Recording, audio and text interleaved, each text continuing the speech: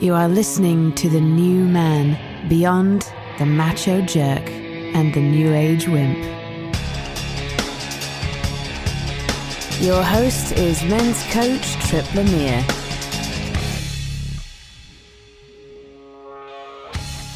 When was the last time you laughed at yourself for being a moron? Do you feel powerful when you lash out at someone who's offended you? And what makes judgmental people awful people? Enlightened author, coach, and YouTube comedian JP Sears is here to talk about laughter, getting offended, and how you can be better than everyone else.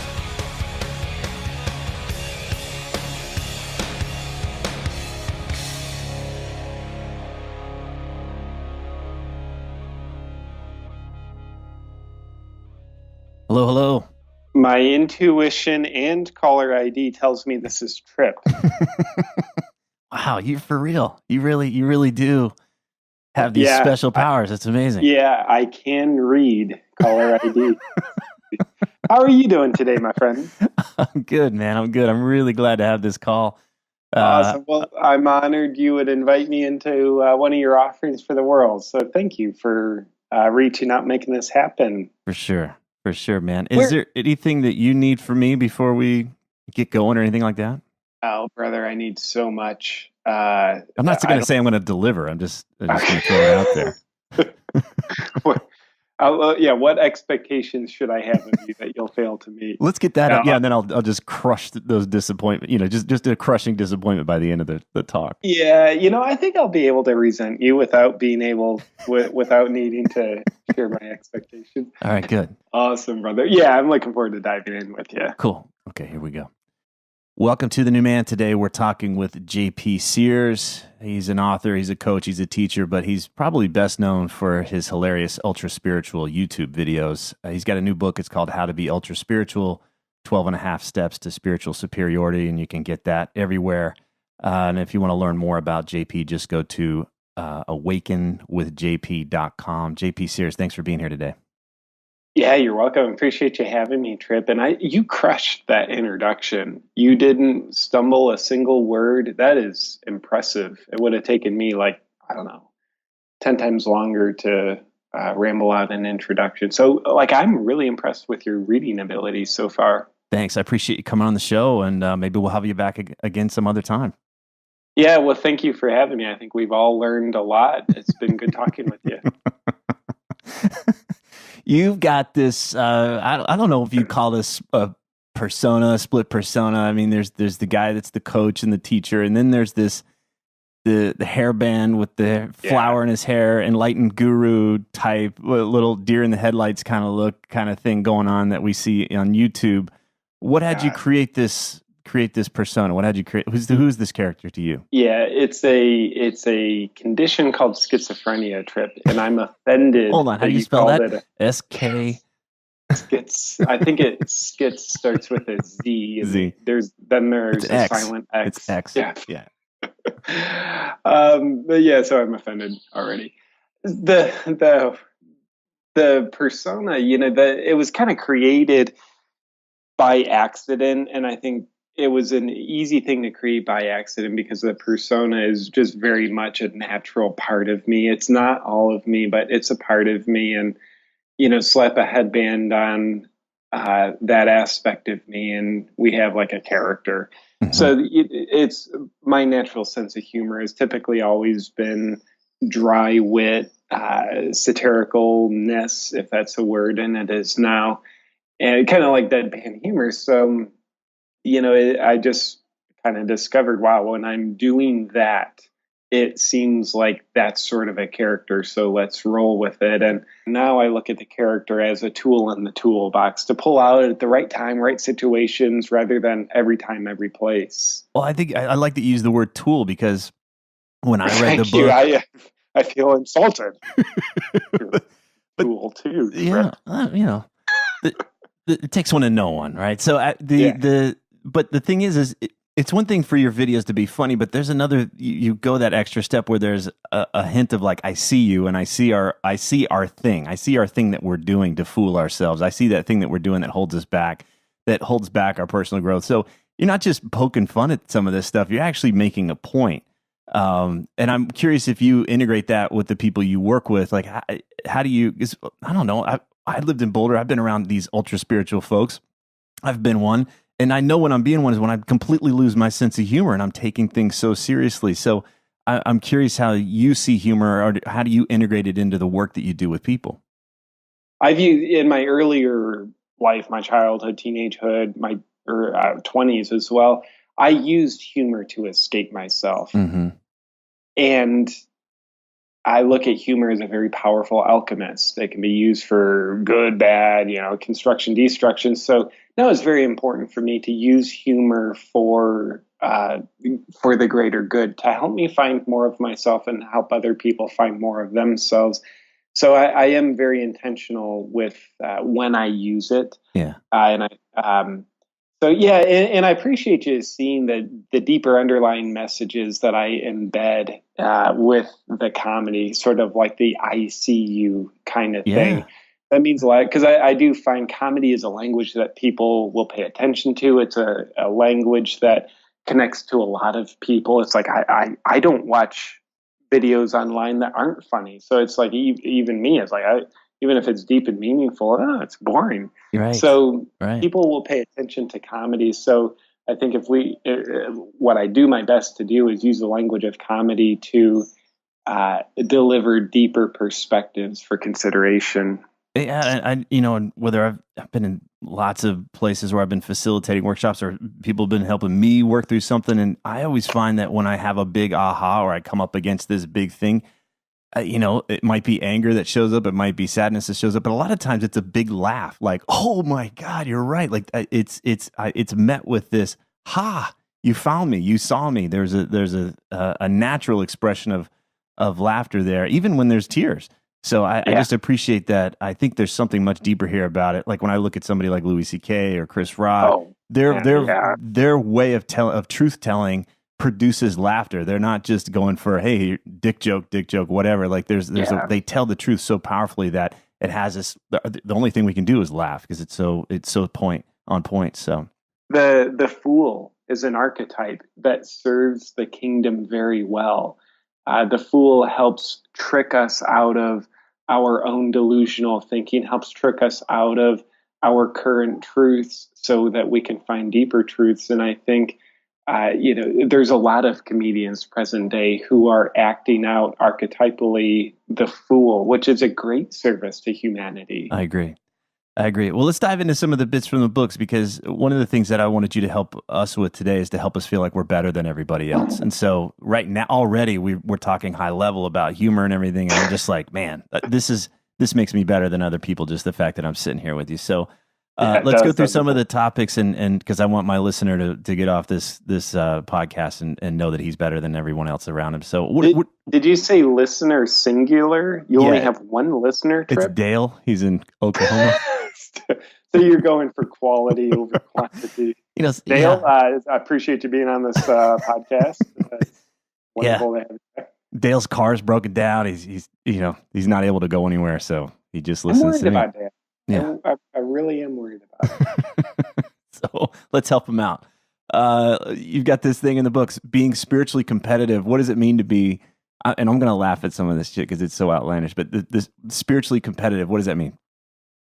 Yeah, to me, it means we're using our spirituality as a trump card to assert our dominance over other people. So it implies the purpose of spirituality is to be better at it than other people. Thus, we have to compete at it and be better than them at it. So it might mean we're meditating longer than them. It might mean we're needing to tell them how much more enlightened we are than them. It might Which mean is very enlightened in and of itself, right? Like, isn't it though? Yeah. So it's so meta. It might mean we talk in a lighter tone of voice than someone else, or we do these deep like. Dale probably appreciates that too. Right. So yeah, competitive spirituality isn't anything to do with becoming more connected to ourselves, becoming much more superior to other people via our spirituality. It's like we left New York or LA in that lifestyle to climb the ladder, and we moved to, then we see the ashram as the next ladder. Like, okay, cool.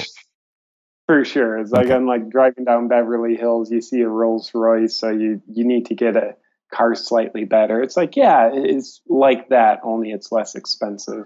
Okay. Oh, yeah, we'll see. There's a big thing about feelings and being needy. I got into spirituality early on and meditation because I wanted to get away from my feelings. I wanted to escape these feelings of uncertainty and discomfort. One of the things you say in here is burying your feelings alive makes you thrive. How does that help me out? How does that help me be more spiritual, to bury my feelings alive? Tripp, it rhymed.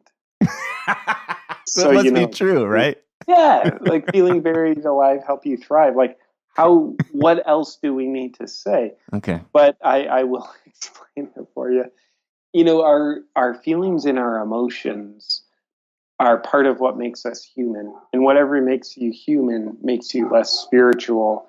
Therefore, your feelings work against your spirituality. So the best way to rise above your feelings is to pretend they're not there, disconnect from them, and then feel pretend emotions like bliss, ecstasy, nirvana, euphoria, okay. Rather than being uninvolved and feeling these low vibe things. I'm better than those feelings. I don't even feel those anymore because I'm so spiritual. I don't feel anger or jealousy or sadness or those types of things because I'm just beyond that now. Is that what you're saying? Bury them alive and you will thrive. What about neediness? There's talking about amputating our needs so that we're no longer needy. There's something really dark about being needy or having needs. What's that about? It basically, when someone's needy, it basically means they're a flawed, defective human being making the lives of everybody around them worse. It's like it's like if someone's drowning and you come up and try to use them as a life preserver. That's basically what you're doing to people when you're needy. Oh, got it. Yeah. So you're just a drag. Everybody just looks the other way while you're in the pool flailing around. You're so developing the need to not be needy is a good solution to neediness. Developing a need to not be needy. Okay. Yeah. I can see a little, paradox there. If being spiritual means I'm carefree and I'm easygoing, then why do I suddenly, if I want to be more spiritual, I got to become obsessive compulsive about the food that I'm eating? Yeah, and specifically, Tripp, obsessive compulsive about eating a vegan diet. Oh, excuse me, I'm sorry. Developing your veganness is very important because it's more spiritual, because the people living in India, the gurus living in India that have been eating a plant-based diet because there's no animals around, they're very spiritual, and therefore we need to eat what they eat.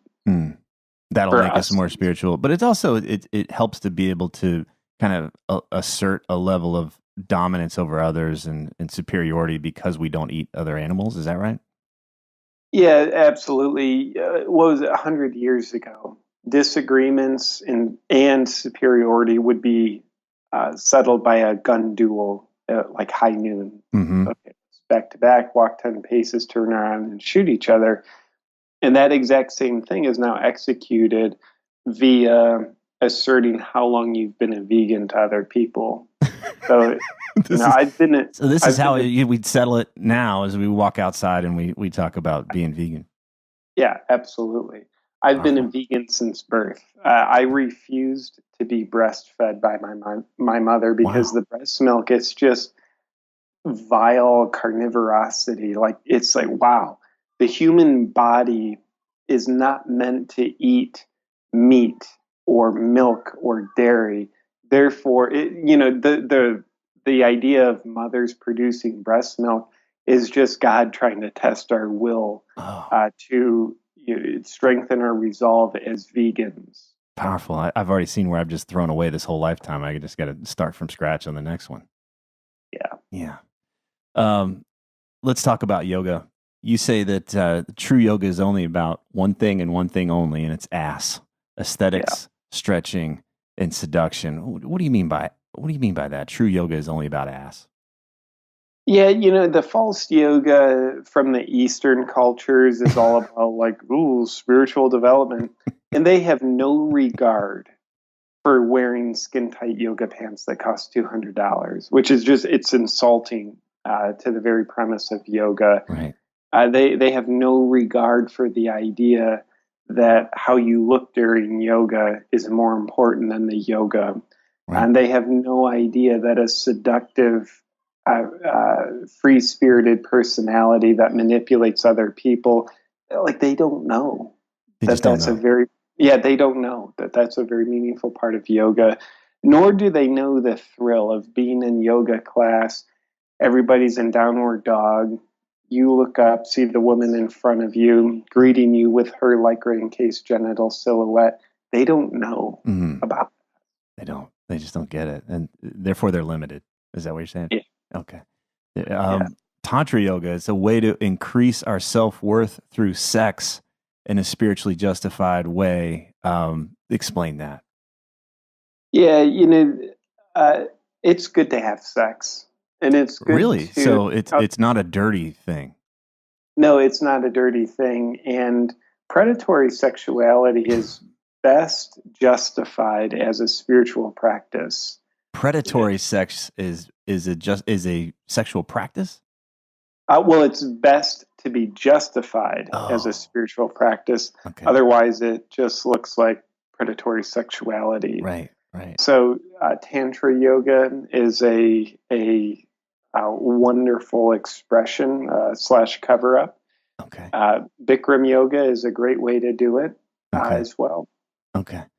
And then it seems like if I'm not quite ready to step into full-blown Tantra Yoga, then there's Acro Yoga. If I crave, you say if you crave sexual contact that you can call connection because you lack the self-confidence to do Tantra Yoga, then Acro Yoga is for you. What is Acro Yoga? If I'm not quite ready, I can see where I'm not quite ready to really step into that full-on seductive nature of Tantra Yoga. So what's Acro Yoga? Acro Yoga, it's basically the minor leagues of Tantra.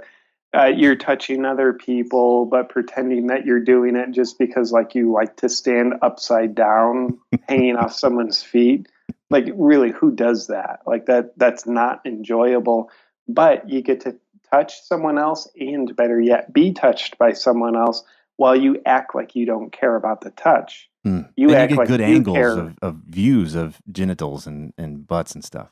That I have noticed that. Mm-hmm. I have noticed that. Got it. Let's talk about gurus. You say gurus aren't teachers because they have nothing to teach you. And that's exactly what they're trying to teach you through their illuminated teachings, that you already carry your enlightenment inside. You just need a guru to stand in the way between you and your inner illumination to help teach you how to discover it. It's a beautiful way. I didn't realize I needed a guru until you told me I didn't need a guru, and then that's why I need a guru. Is that what you're saying? Exactly. Yeah, exactly. It's just like when someone's in a low vibe place, like a religion, like they have their priests and their other middlemen, and that's like so uninvolved. Like the priest is just getting in your way between you and God. So let's evolve past that into the realm of being spiritual and have a guru who you don't need. And as you pointed out, that's exactly why you need him. Wow. And emphasize the him. There's been no female gurus invented. It's, some estimate that by the year 2043, there will be a female guru. That's, I don't know, a little iffy at this point, but. And why is that? Why do you believe that we don't have any female gurus? I don't orchestrate the whole thing, but I am just, and this isn't a judgment, it's just an observation that it appears that men are simply more spiritually evolved than women. Okay. And that's really a metaphor, not to be taken literally. Not to be taken literally, yeah. I can see where that might be upsetting to somebody. Yeah, to some. And there they are getting connected to their unevolved emotions that should be buried alive, which is just the evidence, case in point, they're not as evolved. Oh, wow. I love how you just spun that around to help somebody see who would be triggered by that statement is not evolved and that you're more spiritual than them. Like just in that was, Yeah. wow, that was ninja. That was ninja level. Thank you. Yeah. Oh, good. Oh, Yeah. good. Talking about meditation, you say when you're properly meditative, you'll also enjoy the results of having your presence crushing enthusiasm, ambition, and interesting personality traits heavily sedated. Is that to say that that being enthusiastic and ambitious and interesting is getting in the way of us being spiritual? Yeah, always acting peaceful, calm, stoic, half asleep is definitely more spiritual. If you're acting excited, it's like, well, bro, you're not really on the ball of your inner peace right now. Okay. Wow. I didn't know that. Um, Yeah. and then I love this thing about you just brought up judgments there a minute ago, and you say in the book, all judgmental people's judgments come from them being awful people. It's not that they're bad people; it's just that they're awful people. Help me! I need your help with this. I'm not getting this one. Yeah, that's all a fact. It's not opinion. It's a fact, and it's my opinion that it's a fact. So, judgmental people judge because they judge themselves to be awful people. They just project it out, and the reason why they judge themselves to be awful people is because they're awful people. Judging is a very low vibrational, low consciousness frame of mind to be in. So personally, I judge myself to be very non-judgmental. Right. And because I judge myself to be very non-judgmental, it means I get to think I'm non-judgmental. And therefore, if I were to judge, which I won't, but if I were to judge, Right. I would judge my non-judgmental self to be superior, more evolved than judgmental people. But that's all hypothetical because I'm not even saying anything. I'm just talking here, just talking about how I would judge, but I'm not actually doing it because I Right. don't even know how to judge.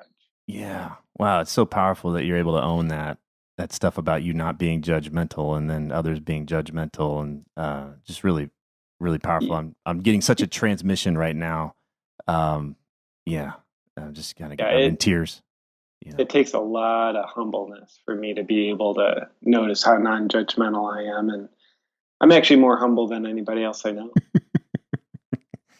Oh man, we just picked through just a handful of some of my favorite quotes from the book. I laughed a lot while I read this, but I also got just how much you get it, like how much you really understand how people will take even the things that we're learning on the personal growth or spiritual paths and use them to mind fuck ourselves. I think that's the correct term. So, yeah, I think if anybody wants to really understand our path, they would do well to have a laugh and to really read this book. It's fantastic.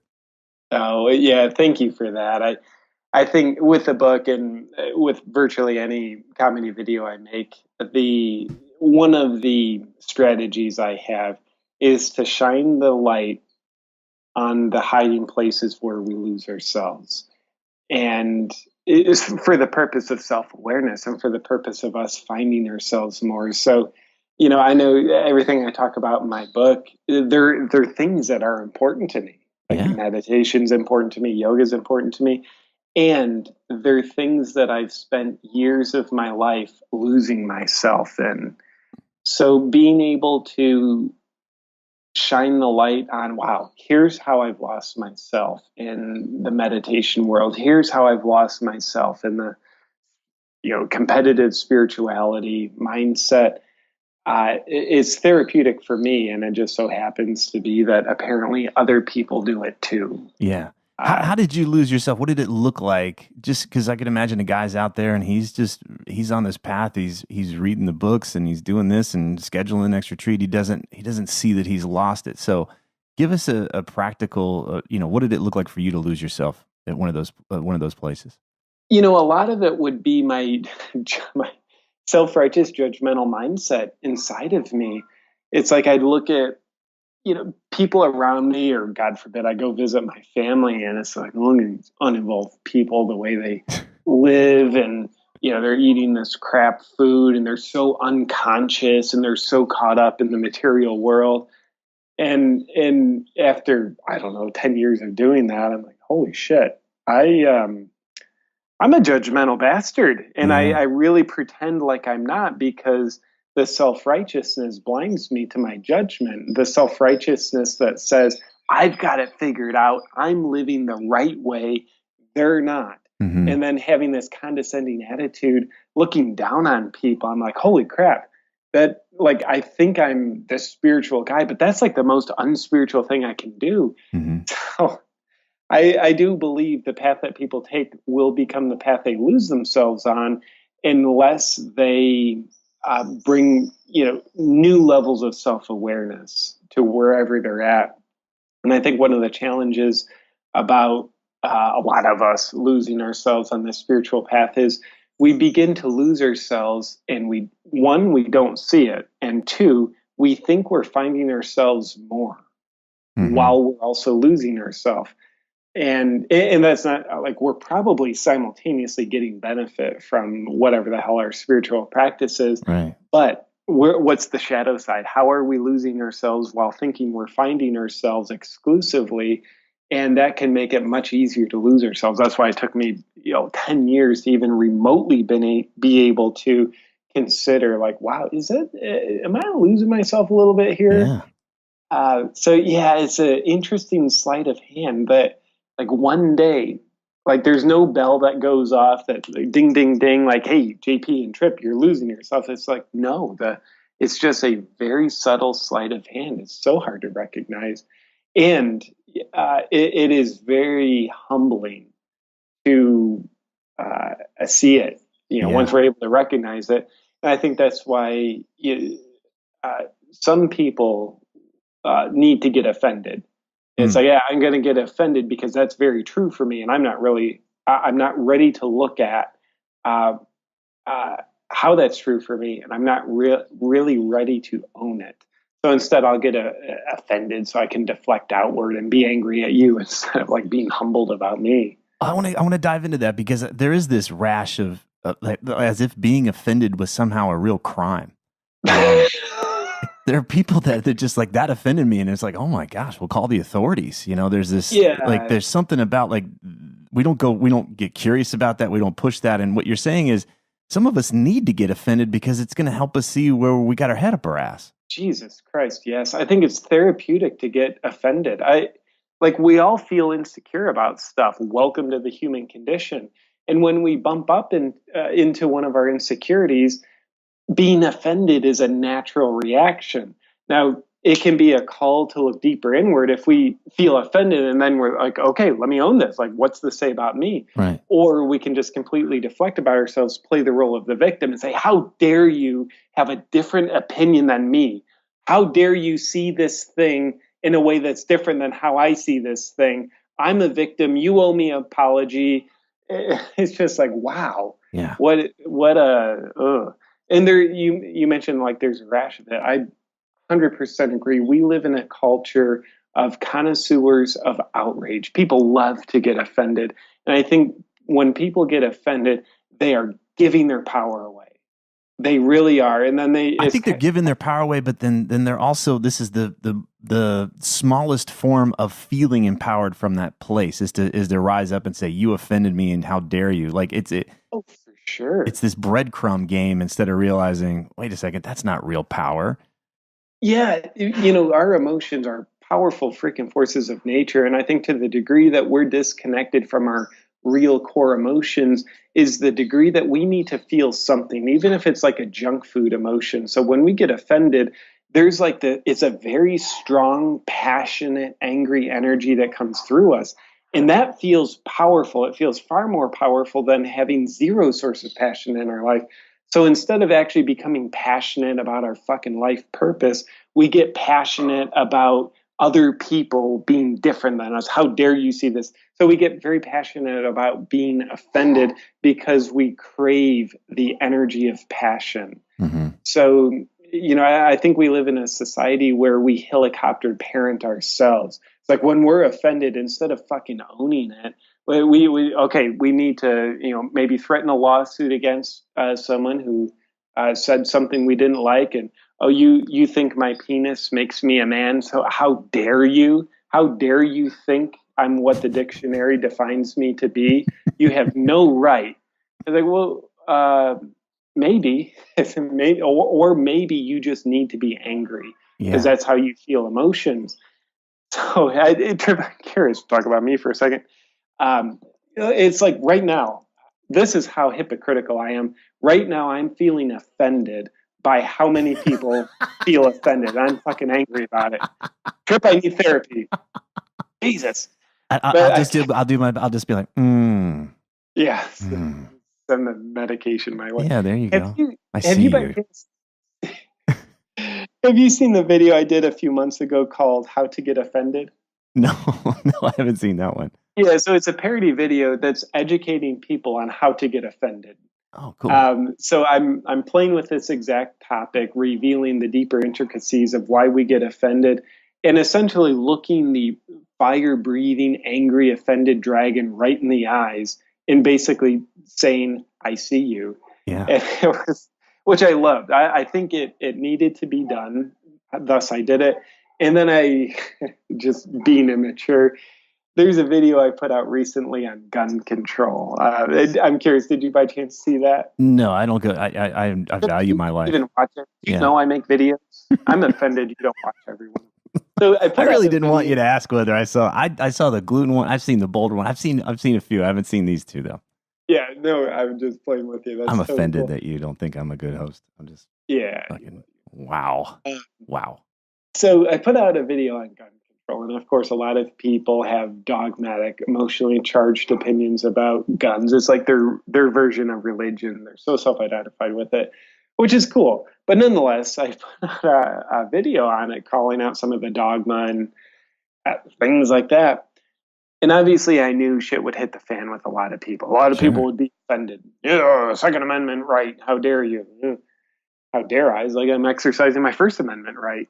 So at the very end of the video, I'm looking right at the camera. I said, if you've been offended by this video, please click on the link below to watch my video called How to Get Offended so that you can get more offended. So I like how I can actually use that How to Get Offended video as a little pawn in the chess game of not trying to avoid people getting offended, not trying to be intimidated by them, and letting them know it's okay, you're offended, and I don't want to hurt you, but I do want you to look deeper into why you're offended. Otherwise, I think the offensive outrage will always be a path of losing yourself when it can actually be a rich path of self-discovery, in my opinion. Well, the thing I keep coming back to as you're talking is if I don't really have something in my life that is meaningful and purposeful, then I'm going to seek these small little battles. I'm going to attach my self-worth to these things like gun control or whether you're male or female or whatever. And I'm going to use those as battlegrounds to stake my claim and say, hey, I matter and what I think matters. And we kind of lose the perspective of what's most important, and we allow ourselves to get tripped up there and get into these pissing matches. And I think it's so powerful to recognize, hey, that's not the big deal here. We're bigger than that. And if we're getting offended by this stuff, we need to take an exam. We need to look at it and say, what is this really about? Because it's not about, topic X. I've attached my self-worth and my identity to this thing. And I've forgotten just how big I am. I'm bigger than those things. 100%. I think the worst crime against ourselves is when we think we're something that we're not. You mentioned self-identify, and we're so self-identified with our beliefs, amongst other things. When we're shown hey, you're not that. You are bigger than that belief. You are bigger than that thing. Then it can either be liberating, or we can react as though our life is in danger, because if we think we're the thing that we're told we're not, then it's okay, now I have to fight for my life. Yeah. And then we get a sense of purpose. My purpose here is to save my life. It's saving who I'm not. That is also who I think I am. Mm-hmm. And the idea of scouring the internet, scouring anything to find something to get offended about, gives us something to crusade against, which is a This is where I sense get of to matter. purpose as well. Yeah, this is where I get to You matter. get to matter. It's your purpose. Again, it might be junk food purpose, but having a junk food purpose, it feels better than being completely purposeless. Now, just a call to humanity. I don't think any of us are purposeless. I think we all have a very important purpose, yet life feels pretty empty when we're not connected with what our purpose is. Right. So then we'll go find that thing that we think is important, attach ourselves to it, and forget that we're bigger than that. Yeah, man, and I think we're all guilty of doing that. I don't think, my intention isn't to criticize people that do that, because like I do that. I have compassion when we do that. It's part of the human condition. But it's great to recognize that. It's great to have people around you that recognize, like, oh, look, this is the thing you're getting triggered about. Like, oh, you're doing that thing. This is what we all do, and we laugh at this. For sure. There was a point in my career as a coach where I started to really take myself so seriously. I was, people that were contacting me and giving me feedback about stuff, and I just was like, oh my God, I'm taking this too seriously. I'm getting worried about offending people. I created this video as if my computer had been hacked, like the camera on my computer had been hacked and was video, recording video of me coaching clients. And then it revealed that while coaching clients, I'm drinking Jack Daniels, I'm watching porn, I'm advising my clients like Brett Favre and what was the guy, Anthony Weiner. I'm like, yeah, you need to send dick pics. Like, this is what goes on. I'm advising Dick Cheney and all these, like, these are my clients, and I'm the one that's doing all this terrible, advice. And it just was, I remember being so nervous about letting it go and putting it out there, but it was my way of saying, back off. We've got to laugh about this shit. We cannot take this shit too seriously. And I needed that. And since then, I remember there was one guy that said he was on the fence about working with me. He was getting ready to send this check in, and then he went online to look for like some kind of reviews on me, and he found that video and he watched it, and he's like, that's when I knew you were my guy. And I was like, that's where I went, right? Like, if you don't get the joke, this isn't going to work. So 100%. And like it's very authentic to you to be a jokester. And I know you are more than a jokester, but in my opinion, the people who are truly the right clients for you to work with are the ones that will appreciate that joke, because they're a good fit for you. The ones that wouldn't appreciate that joke are probably a better candidate to work with another coach. Sure. And to me, it was very similar when I released my first ultra spiritual videos. One, I thought they'd be bad for business, because I think I'm supposed to be who I think I'm supposed to be, rather than who I actually am, which is a serious guy, a coach working with people emotionally, kind of a spiritual teacher sort of thing too. And then when I released my first comedy video, my schedule got flooded. Right. And I think the same phenomenon where now people who were truly a perfect fit as a client, who also like to not take their life entirely seriously, who also like to laugh at themselves, now they could find me. Mm-hmm. So like the perfect clients could find me. There were a lot of them. And it pushes away the people that aren't a fit, which, makes your life easier. And the thing I'm getting is just like how it takes guts, it takes fortitude to really be willing to polarize in this scenario. But for me, I just find it a much better path than walking on eggshells out in the world. Like, I hope I can't do anything to offend anybody. Whereas I'm actually going to be more effective, more valuable to others if I walk my path, and I'm willing to break a few eggs along the way. Not to be aggressive or try to hurt people, but just not tiptoe around those people that are seeking injustice, that are seeking a reason to be offended. Man, I 100% agree with you. And it was a journey for me to even halfway embody the beautiful posture that you just described, the posture of, I'm going to be me and I'm not going to apologize for it. And, walking on eggshells, people pleasing, to me, those are postures of apologizing for who we are. When we hide elements of who we are, when we hide our perspectives, that's essentially us apologizing. Like, this part of me isn't good enough. So I apologize, world, that this part of me is alive. Let me try to hide it. But yeah, when we just walk, it's like, if there's eggshells that break, then so be it. I'm going to be me. And I think you had a beautiful checks and balance statement a second ago, which is being intentional. You know, you're not out to hurt people. Some people are, and some people could justify the idea of like, oh yeah, I'm just being me, when they're actually intentionally trying to hurt people to get a power trip, or intentionally trying to offend people rather than just unapologetically representing their truth. So I like that checks and balance system, because someone who's out to hurt other people could easily say these same words like, yeah, I'm just unapologetically being myself. It's like, well, maybe Yeah. you're also acting out the role of the punisher. Yeah, that's powerful. I'm so glad we got into this part of it, because it's one of the things that I've admired about you. It's one thing to be funny. It's one thing for you to know this stuff, but it's another thing to walk this. And that's what I find that most of us just want, is that to give ourselves permission to just walk our own path, whatever that might be, not be a rebel, just to piss on other people and what they're doing because we're tired of how that feels, but to just really have the guts to walk our own path. And that's what I see you doing. And I love that it's so entertaining too. So I appreciate you doing that work. Oh man, well, thank you for that, Tripp. And I dare say you and I were cut from a lot of the same human material. I think there's a lot of commonalities in what we do, how we do it, and how we see life. Right on. All right.